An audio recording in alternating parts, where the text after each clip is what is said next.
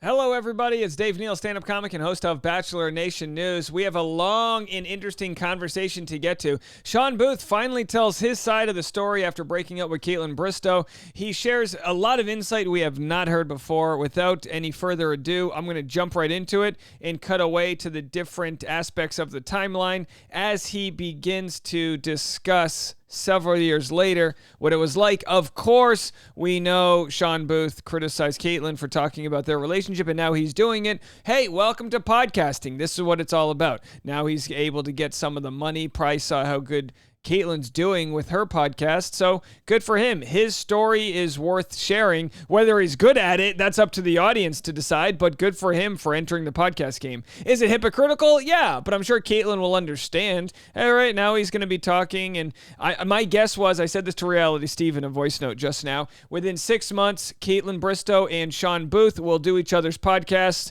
It's June 28th or something like that, so mark my word, by the end of 2023, they'll have done each other's podcasts, because they can make money off of it now. But when I told her, when we had broken up the last time I saw her, I was like, I do not want to talk to you or see you ever again.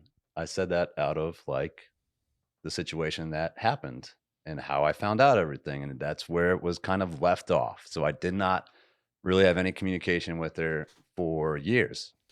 Did you, well, obviously, have you spoken to her since you kind of gave her, not necessarily the ultimatum, but get out of my life, I don't want to talk to you. Have you spoken to her at all? Yeah. Do I want to get into this? You do. No, don't. Fuck it. Let's do it. Okay. Hey. We're back. No. All right, so he decides to get into it, which I'm going to share in a second. But the conversation was initiated, I believe, by Kaitlyn Bristowe. Here she is. I was on her podcast, Off the Vine, and she explains that she actually sent a message to Shawn. I think it's because of inner child work I did. I wrote a whole letter to him in this inner child work, because it was to people who you still hold resentment against, or people that have hurt you and all this stuff. So I, as everybody knows, I'm such an open book. So I talk about everything. I still talk about my ex from Germany, where people are like, we've heard it. Okay, so she says she talks about everything, and now we have Shawn Booth talking about things as well. And again, you guys can decide if you enjoy his podcast or not, but from a technical standpoint, pretty good launch. I think the ferns are weird, but he's got the good microphones, which you need. He's got a very good radio voice. So, be that as it may, let's hear what he has to say. I have not talked to her in person. I sent her a text a few weeks ago, actually. Okay. And it was a nice text. Do you feel like you're actually cordial now? Like if you could be 100% cordial? There are, yes, 100%. Okay. Could be cordial. I feel like there's been times I'm like, yeah, I should just reach out and talk to her, and just we spent so much time together. Okay. We lived together for 3 years. We went through this once in a lifetime experience that only a handful of people in the world get to experience, right? So this incredible bond, and then it's just poof, gone. It's been so long that I can't even really remember what it was like to be with her. You know what I'm saying? Yes, 100%. It's been so many years. You don't think about it. A year goes by, 2 years, 3 years. I get it. Over time, your literal body chemistry is different. Your cells only last so long. You've replenished. He is not the same person as he was in that relationship. And hopefully he realizes Kaitlyn's not the same person that she was in that relationship. They've both grown and evolved in different ways. And yeah, if Kaitlyn says she feels resentment, which rightfully she should, I'm sure Shawn does as well. And now's the time to deburden yourself. And it's holy crap, I was with this girl, living life and going through the most intense emotional part of my life. You guys have with a her. trauma bond. That's what I said on a podcast. I got lit up for that. Oh. So he got lit up for saying trauma bond, and that's because people misuse the term. The trauma bond sounds like it means two people that went through a same trauma. Oh, we both were in a submarine together, trauma bond. That's not what it is. Trauma bond is essentially Stockholm Syndrome. What is trauma bonding? Trauma bonding is the attachment an abused person feels for their abuser, specifically in a relationship with a cyclical pattern of abuse.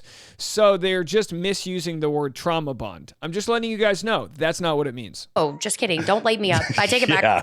I take it back. I got lit up for that last year. Because I said, Why did people light you up for that? I feel like that's because I genuinely said, what it is.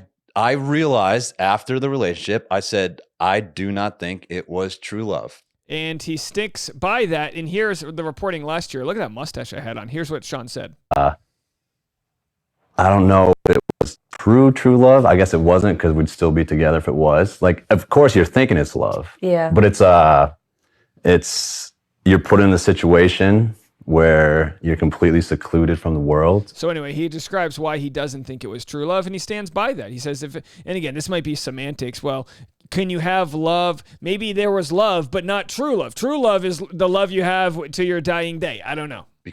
And I stand by my comments, and I am, I believe that, because if it was true, genuine love, then we'd be married right now. We'd be together, right? We would have found a way to make it work. Did I want it to be true love? Yes, of course. Was everything on the show that I was saying? Like, I wanted that. Like, that was the first time, I think, in my life that I was, like, vulnerable. I opened up, like, just desperately wanting that connection, wanting that love. And then she was going to back to me. And then we were together.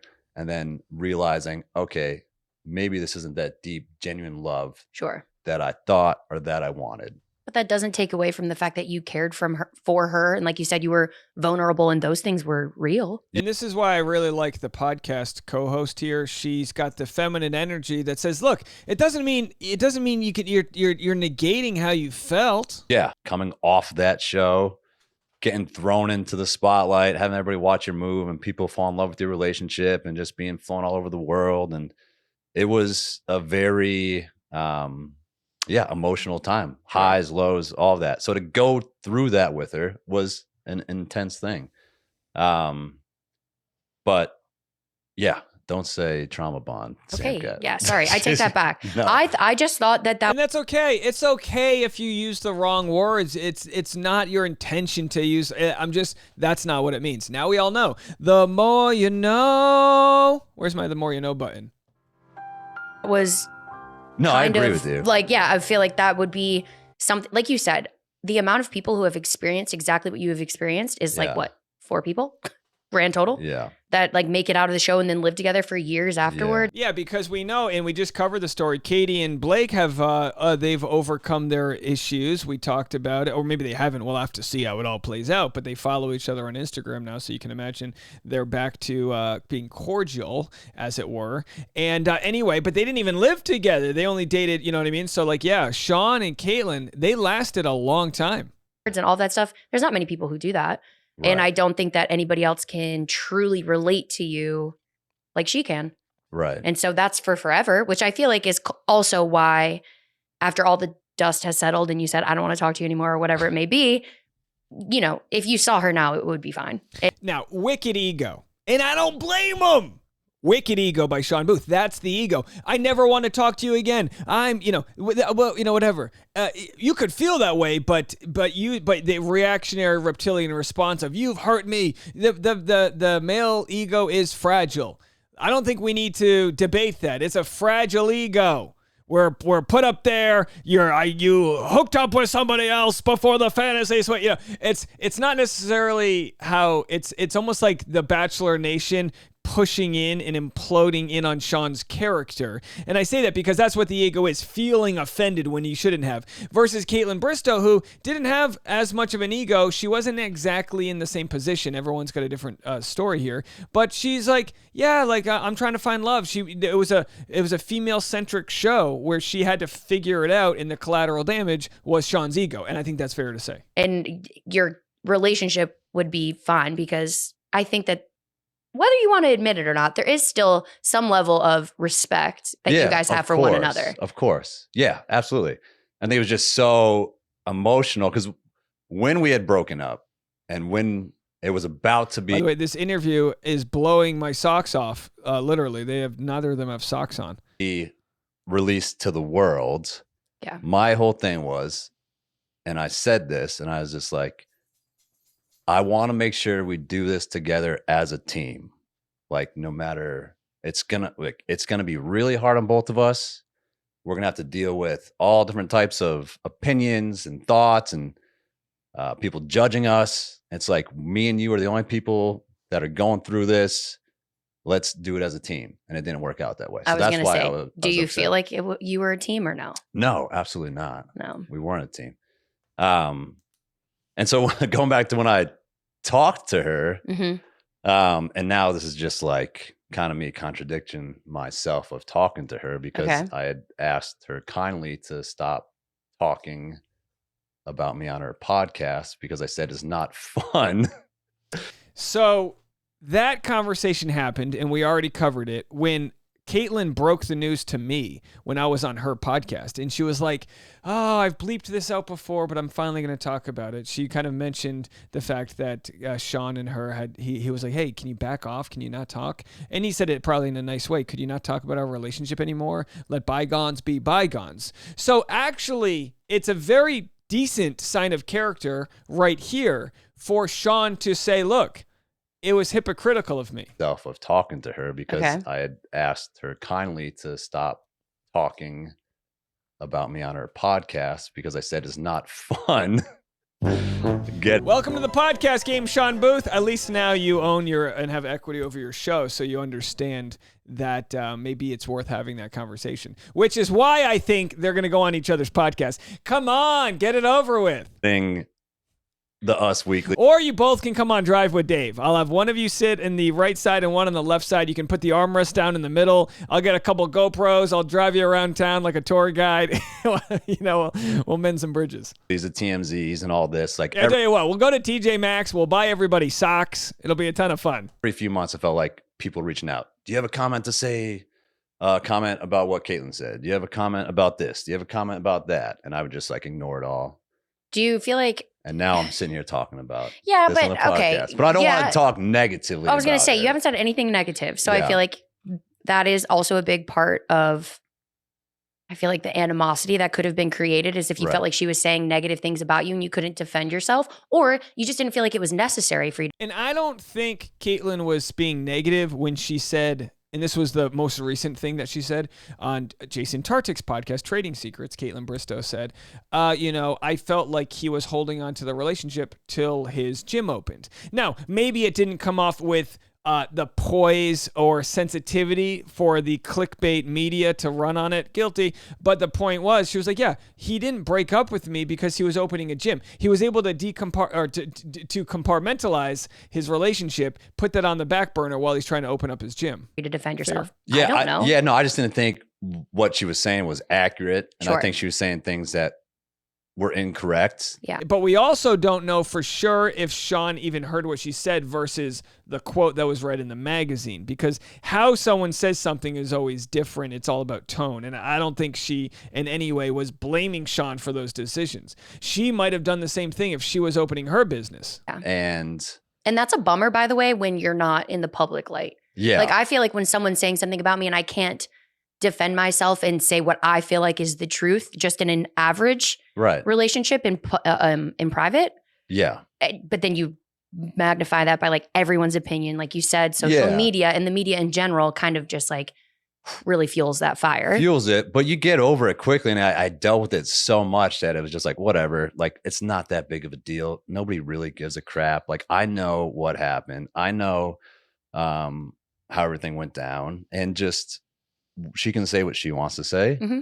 If that's something that makes her feel better or something that she has to discuss. And, she's an open book, and she told me that, which I understand. But by the way, he's implying that she threw him under the bus. I didn't get that. I didn't get that perspective. And it is, sometimes it's good to talk about. Like, it's good talking about it right now with you, because I never talk about it. And I don't want to sit here talking negatively about my ex who I spent time with. But it's also a big part of the reason why you guys right now who are listening to me, you guys know me for that relationship. That's how I've created this following. So it's nice to open up. And like we said, the first episode, you said, are you willing to talk about stuff? Why don't we just all come together and agree to talk shit about Nick Viall? Why can't, you know what I mean? You and Kaitlyn have a lot you could bond over. How's that for a trauma bond? I said, yeah, absolutely. Are you willing to open up? Yeah, sure. Let's do it. I've never done that in my life. So it's like, man, I can sit here. How much time you got, Andrew? Because I can sit here for the next 10 hours talking about this situation. Go for it. I do think it's something, like you said, this is just a life podcast. And it would be, I think, dumb for you to not address the elephant in the room. Like you said, the reason people are initially following this podcast and know you is because of that relationship. And you can acknowledge it and speak about it without it being thrown negatively into the media. Right. It is what it is. We are all adults here. It has been years. We're all moving forward. Let's just do that. Yeah. And the media will always try and spin things. Like they'll get some crazy headlines from this. Of course. And I'm like, well, what did I say? Shawn Booth fought at the Spotify house at CMA Fest. Yeah. Dun, dun, dun. Exactly. He was in the bathroom with Sam Cat. Yeah. Yeah. Yeah. Yeah. Why? Exactly. Why? The reason why I had said that, hey, I don't want to talk to you anymore. I don't want to see you, because when we were going through this together, I knew about Jason and Kaitlyn before anybody knew about Jason and Kaitlyn. I've known about this before the world knew about it. And I knew about it because, unfortunately, when I was sending Kaitlyn a text message, she sent me one back that she was supposed to send to Jason. Oh. Yeah. Were you guys together? It happens. It happens. Or this was aftermath? This was like right after we'd broken up. But hey, Shawn, I'm sorry. You were broken up. Now, don't get me wrong. It's still a funny story. But Ref Dave, if I get my ref's hat here, Ref Dave says you were broken up. She's entitled to be texting another guy. And it doesn't mean that the relationship was serious or that there was overlap there. You guys were, as far as I know, I'm not checking receipts here, but as far as I know, when Kaitlyn interviewed Jason Tartick, which was the first time they met, you guys were officially broken up at that point. Officially broken up. I was in West Elm looking for furniture. It was Thursday at 11:36 a.m. No, I mean, I'll never forget it, because I was in West Elm and I was looking for furniture for my apartment because I literally had nothing in my apartment. I told her she'd keep the house. I'll move out, like whatever. I didn't want to be there. So I'm just looking for furniture. Okay, so I also think that there's two parts to a breakup. Yeah. One of them is when you actually break up, and one of them is when you feel like you've been replaced. Well, that was tough. Exactly. Give her a raise. She's good. Then you felt replaced, like boom, boom, right away. It was. That's a 1-2 punch. It's a 1-2 punch, and it's also a 1-2-3 punch that I. It's a new fight. It's a 1-2-3 punch because I said I am so glad all of that happened at once to get over it all, because you have to, when you deal breakups, you go through the breakup, right, which is brutal, and then the worst thing after that is then feeling like you've been replaced or seeing your ex with somebody new. Yeah. I was like, I got that done all at once. Yeah, it was pretty rough. 6 years ago. Yeah. I'm sweating over it. Yeah. And obviously that's not a good feeling. All right, you can go check out the rest of that podcast. That's going to be it from us. I'd love to know what you guys think. I think it's fair for him to feel bad, but it's 100% not in Kaitlyn's fault whatsoever to be texting someone else after they've broken up, and that's where I stand on that. Go click this button right here. I've got a button for Driving with Dave. Make sure you're subscribed. We have a brand new episode coming out this weekend with Tammy. It's going to be a ton of fun, and other big guests. Shawn Booth. All right, good to hear from you. We'll be back right after this.